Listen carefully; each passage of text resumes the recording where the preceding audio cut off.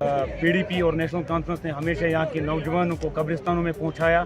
यहाँ पे कभी उन्होंने विकास नहीं किया। यहाँ के नौजवानों को हमेशा पीछे उन्होंने धकेला। हमारे देश के प्राइम मिनिस्टर साहब ने आपको सरपंच, बीडीसी और डीडीसी की भी बात कही इसमें। उसने इसलिए ये बात कही क्योंकि ये लोग कभी किसी गरीब को आगे नहीं बढ़ने देते थे, सियासत में आने नहीं देते थे, क्योंकि इन्होंने एक अपना राज बनाया था। पहले आ गया शेख साहब, उसके बाद फारूक अब्दुल्ला साहब आए, फिर उमर साहब आ गए, अब उमर साहब के बेटे आएंगे। जो गरीब तबके के लोग हैं उन्होंने हमेशा उनको पीछे धकेला। ये बात 100% सही है। इन्होंने कभी जम्मू कश्मीर का विकास नहीं चाहा।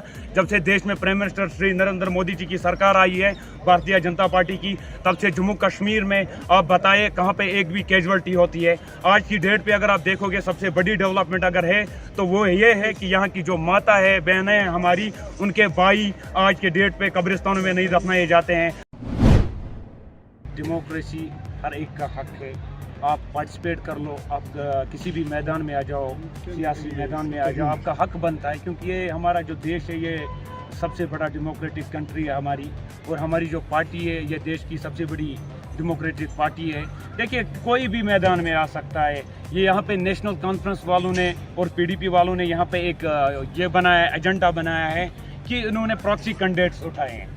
ऐसा कुछ नहीं है। भारतीय जनता पार्टी आने वाले टाइम में जम्मू कश्मीर में अपने दम पे सरकार बनाएगी। ना हम किसी का समर्थन करते हैं और ना हम किसी का समर्थन करेंगे। हम अपने दम पे यहाँ पे सरकार बनाएंगे। ये जो बोलने वाले लोग हैं कि यहाँ पे ये प्रॉक्सी कैंडिडेट्स उठा रहे हैं, इनका सिर्फ और सिर्फ ये मकसद था कि ये किसी गरीब को आगे बढ़ने नहीं देती है। चाहे इंजीनियर रशीद साहब की बात आप कर लो, वो मैदान में आ गया, वो जीतेंगे हारेंगे वो सेकेंडरी है। वो मैदान में आ गया, हम वेलकम करते हैं, उसका भी हक बनता है, क्योंकि वो भी पार्टिसिपेट कर सकता है, हर एक पार्टिसिपेट कर सकता है इलेक्शन में। तो इनके पेट में इसलिए दर्द हो रहा है क्योंकि इन्होंने उमर अब्दुल्ला साहब ने अपनी जो अभी इलेक्शन हुए नॉर्थ कश्मीर में, आपने देखा पार्लियामेंट्री कॉन्स्टिट्यूंसी में उसने इलेक्शन हार लिया। उससे उसको पता भी चल रहा है कि हमें दोनों कॉन्स्टिट्यूंसी से इलेक्शन लड़ रहा है, बडगाम और बीरू से, सॉरी गांधरबल से। इससे पहले वो कहते थे कि मैं इलेक्शन नहीं लड़ूंगा, अब इलेक्शन में भी आ गए वो। अब उसको पता है कि मेरी सीट खिसक रही है, अब उसके पेट में दर्द हो रहा है। महबूबा मुफ्ती जी बोल रही है कि ये प्रॉक्सी कैंडिडेट है। आप बताइए, कोई भी कैंडिडेट मैदान में आएगा तो उनके लिए एक प्रॉक्सी कैंडिडेट बन जाता है। हम क्यों बताएं, हम किसी का समर्थन नहीं करते हैं, ना हम किसी का समर्थन चाहते हैं। हम आने वाले टाइम में जम्मू कश्मीर में अपने दम पे सरकार बनाएंगे, ये आपसे वादा रहा। पुराने कश्मीर को अपने हाथ में रखा था, दबोच के रखा था, और जो कि यहाँ के युवा है उनको भी दबोच के रखा था। हम बात नहीं कर पाते थे कि हमारे साथ कुछ गलत हो रहा है। टेरर था कश्मीर में बहुत ज़्यादा, हम बाहर निकलते थे, पथरावबाजी होती थी यहाँ पे।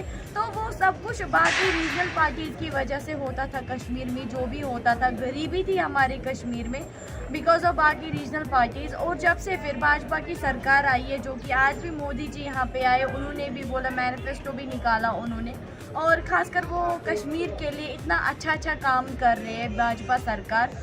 और इंशाल्लाह आगे भी हमें उम्मीद है कि भाजपा सरकार आगे भी हमारे लिए ऐसे ही काम करती रहेगी, जो कि पिछले 70 सालों से बाकी रीजनल पार्टीज़ ने कश्मीरी लोगों के लिए नहीं किया, कश्मीरी पंडितों के लिए नहीं किया। वो भाजपा सरकार ने पिछले 5 सालों में करके दिखाया। टेरर निकाला, यहाँ पे टेरर को दफा किया।